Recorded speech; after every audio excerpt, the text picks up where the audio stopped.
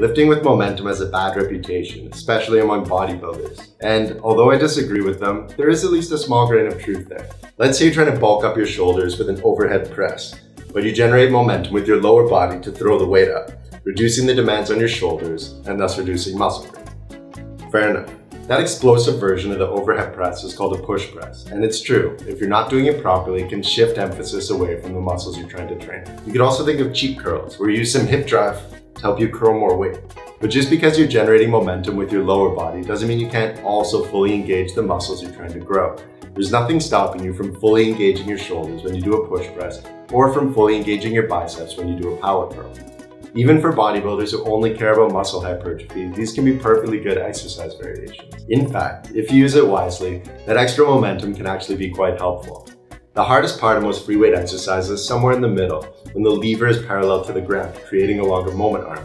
Use the momentum to drive through that sticking point, then you can lift more weight in any given rep range. I'm not alone in thinking this either. I learned it from my business partner Marco, back when he was coaching college, professional, and Olympic athletes. And I got this particular example from Greg Knuckles from Stronger by Science. We were talking about the best lifts for building muscle, and he was arguing that the push press is even better than the overhead press because you get a larger effective range of motion. Instead of just struggling in the middle, you're working harder at the bottom of the range of motion to generate momentum, which you can use to drive through the sticking point, and then you have more weight in your hands as you lock the weight out. Plus, you're also lowering more weight, which can be good for building muscle too. But let's forget the push press for a moment. Let's say you're doing a totally strict overhead press.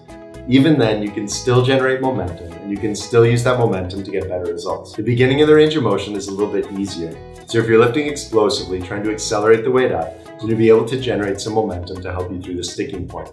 It's the same idea as the push press, it's just a little bit less exaggerated. The same idea works for most lifts. The beginning of a chin-up is easier than the top, so use that first part of the range of motion to generate momentum, then you'll work your lats harder under a deeper stretch, which is perfect for building muscle.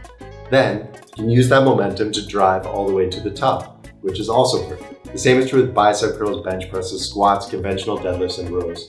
There are ways we can misuse it, but as a general rule of thumb, generating momentum at the beginning of the range of motion is a good thing. It can help us gain more muscle strength and power.